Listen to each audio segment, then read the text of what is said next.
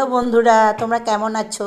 আমি গ্রামে গেছিলাম, আমার মা সর্ষে শাক দিয়েছে, আমি নিয়ে এসেছি।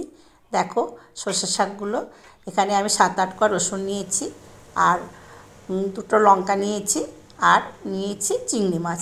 শাকগুলো ভালো করে কেটে ধুয়ে নিয়ে, লম্বা লম্বা করে কেটে ধুয়ে নিয়ে একটু জল দিয়ে কড়াইতে বসে একটু সেদ্ধ করে নিলাম।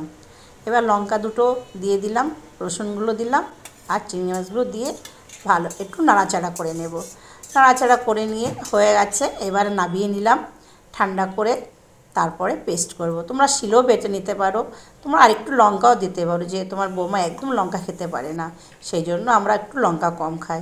পেস্ট হয়ে গেছে, কড়াই বসিয়ে দিয়েছি, সর্ষের তেল দিলাম, দিয়ে 1 চামচ দিলাম কালো জিরে। কালো জিরে ফোড়ন দিয়ে তারপরে পেস্টটা দিয়ে দিলাম। এটা কিন্তু অনবরত নাড়তে হবে, নাহলে তলায় ধরে যাবে। তারপরে একটু সামান্য পরিমাণে হলুদ দিলাম, দিয়ে নাড়াচাড়া করে নিলাম। হয়ে গেছে রান্না। বৌমাকে বলিনি যেটা সে কী শাক রান্না করেছি। বৌমা খেয়ে বললো খুব ভালো হয়েছে মা। আমার ভালো লাগলে আমার চ্যানেলে লাইক, শেয়ার, সাবস্ক্রাইব, কমেন্ট করে দিও।